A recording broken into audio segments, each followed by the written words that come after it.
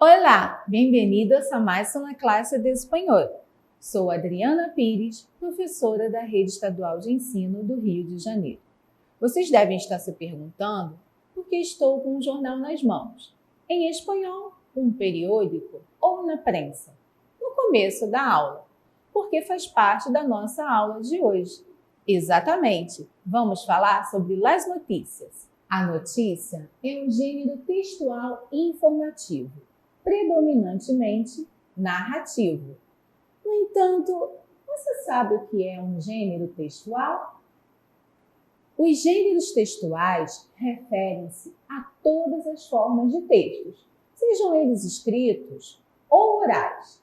Refere-se à relação dialógica existente no processo de interação verbal, quer dizer, na situação comunicativa em que se produz determinado texto.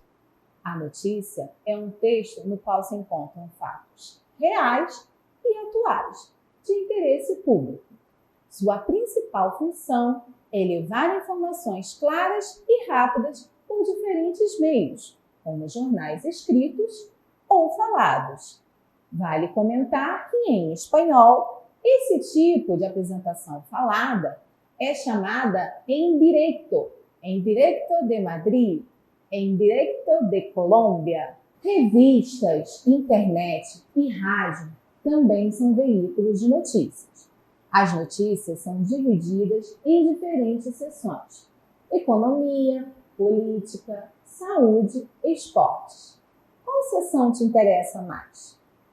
Atenção! Vivemos sob os desafios e benefícios do mundo virtual. Por isso, é importante conhecer bem as características da notícia, para não nos depararmos e nem repassarmos as fake news. Saberemos agora quais são os elementos de uma notícia. Manchete, título principal, que é uma frase curta, com letras grandes, de cor diferente, para atrair o leitor. O subtítulo, que complementa o título, com um pouquinho mais de informações. O lead, que é a introdução, é o primeiro parágrafo do texto. E, por último, o corpo do texto, onde ocorre detalhamento dos fatos. Bora praticar? Observem o exemplo e tentem identificar os elementos estudados. No começo da notícia, em letras bem grandes, temos: a ANS recebe poucas queixas de planos.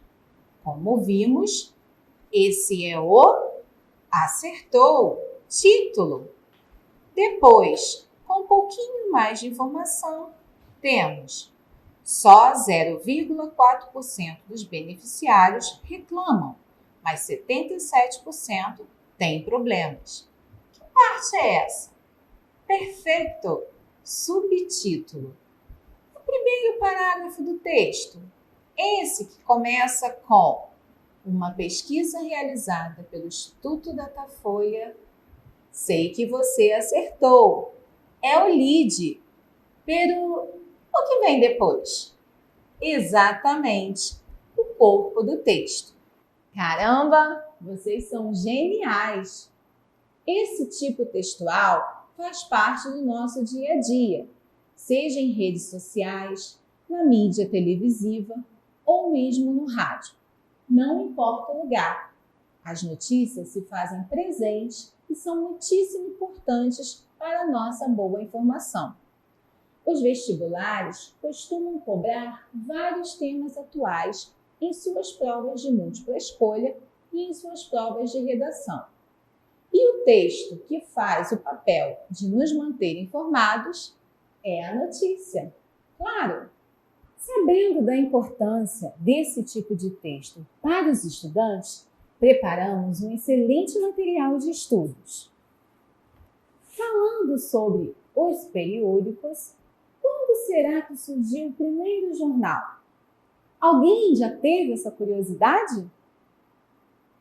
O primeiro jornal foi Acta Diurna, escrito no século I, a pedido de Júlio César, a fim de informar ao público sobre os acontecimentos sociais e políticos e divulgar eventos programados para cidades próximas. O jornal era escrito em grandes placas brancas e expostas em locais públicos onde transitavam muitas pessoas. Em 1447, a prensa, inventada por John Gutenberg, inaugurou a era do jornal moderno e permitiu o livre intercâmbio de ideias e cultura, disseminando o conhecimento. Foi só na primeira metade do século XVII que os jornais começaram a surgir como publicações periódicas. E as pessoas que escrevem nos periódicos, como se chamam? São periodistas, assim como em português chamamos de jornalistas. Bacana! Esse tipo textual, notícia, vai buscar trazer o maior número de informações possíveis, respondendo às seguintes perguntas: o que, como, quando, onde, quem e por quê? Essas respostas vão compor o líder, um dos elementos dos quais acabamos de falar. A resposta às questões deverá ser feita de maneira impessoal, sem expressar a intenção ou opinião do jornal ou jornalista. Claro que não encontraremos todas as respostas em algumas notícias. Porém, na hora de redigir uma notícia, é muito importante responder cada uma delas e escolher um tema atual e de interesse comum. Viu como é fácil? Agora, vejamos alguns títulos de notícia. Um grupo de gente trabalha para que se editem livros de historieta na Argentina. O título diz que um grupo de pessoas trabalha para a criação de livros com quadrinhos na Argentina. Observem as palavras destacadas.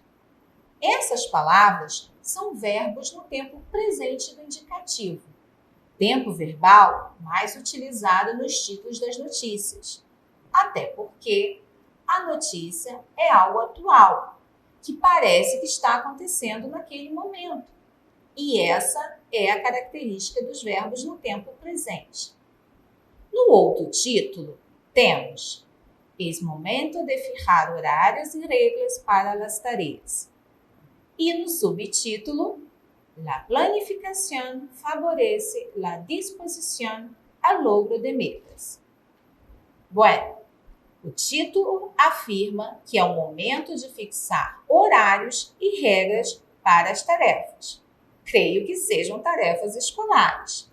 E no subtítulo, afirma que o planejamento favorece o interesse para atingir metas. Vale! Comprovamos que se fala de estudos. O que eu quero destacar são os verbos no presente, es e favorece. A forma verbal es vem do verbo ser, na terceira pessoa do singular. Imagino que agora você deve estar pensando, lá vem a chuva de conjugações. Pero calma, tranquilo, vamos aprender hablando. Por que utilizamos o verbo ser em diferentes situações comunicativas? Vejamos. O que acharam? Fácil, não? Sabem por quê?